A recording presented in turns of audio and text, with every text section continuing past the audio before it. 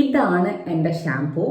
ഇത് ഡവിൻ്റെ intense repair nourishing shampoo ആണ്. ഇതാണ് ഞാൻ ഇപ്പോൾ ഷാംപൂ ആയിട്ട് ഉപയോഗിക്കുന്നത്. ഇതിന് മുന്നേ ഞാൻ ലോറിയലിൻ്റെ ആയിരുന്നു ഷാംപൂ ഉപയോഗിച്ചിരുന്നത് ഞങ്ങൾ അബ്രോഡുള്ള സമയത്ത്.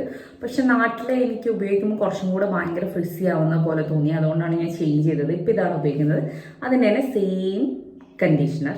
നിങ്ങൾ ഏത് ഷാംപൂ ഉപയോഗിക്കുന്നോ അതിൻ്റെ തന്നെ സെയിം കണ്ടീഷണറും അതുപോലെ തന്നെ മാസ്കും ഹെയർ മാസ്ക് ഉപയോഗിക്കുന്നുണ്ടെങ്കിൽ അതും എപ്പോഴും ഒന്ന് തന്നെ ഉപയോഗിക്കാൻ നിങ്ങൾ ട്രൈ ചെയ്യുക. അല്ലെങ്കിൽ ഭയങ്കര ഡാമേജ് ആവും ഹെയർ. ഇതെനിക്ക് നല്ലൊരു കോംബോ ആണ്. നമ്മൾ എന്താ പറയുക, ഡ്രൈ ഹെയർസിനൊക്കെ ഭയങ്കര നല്ലതാണിത്. അവരുടെ തന്നെ ഈ ഒരു ഡബിൻ്റെ തന്നെ ഇൻറ്റൻസ് റിപ്പയറിൻ്റെ ഡീപ്പ് റിപ്പയറിംഗ് ട്രീറ്റ്മെൻറ്റ് മാസ്ക് ആണ് ഞാൻ കെമിക്കൽ മാസ്ക് ആയിട്ട് ഞാൻ എപ്പോഴെങ്കിലും 2 വീക്സ് കൂടുമ്പോഴൊക്കെ നോർമൽ മാസ്ക് ഉപയോഗിക്കാത്ത സമയത്ത് ഇതാണ് ഞാൻ ഉപയോഗിക്കുന്നത്. ഇതും ഭയങ്കര നല്ല മാസ്കാണ്. ഭയങ്കര നല്ല സ്മെല്ലുമാണ്. നമുക്കിങ്ങനെ സ്മൂത്ത് ആയിട്ടുണ്ടാവും മുടി നമ്മൾ യൂസ് ചെയ്ത് കഴിഞ്ഞിട്ടും. പിന്നെ ഏത് ഷാംപൂ കണ്ടീഷണർ ആണെങ്കിലും അല്ലെങ്കിൽ നമ്മൾ മാസ്ക് ആണെങ്കിലും നമ്മൾ ഉപയോഗിച്ച അന്നത്തെ ദിവസം നമുക്ക് വലിയ മാറ്റമോ കാര്യങ്ങളോ ഒന്നും തോന്നില്ല.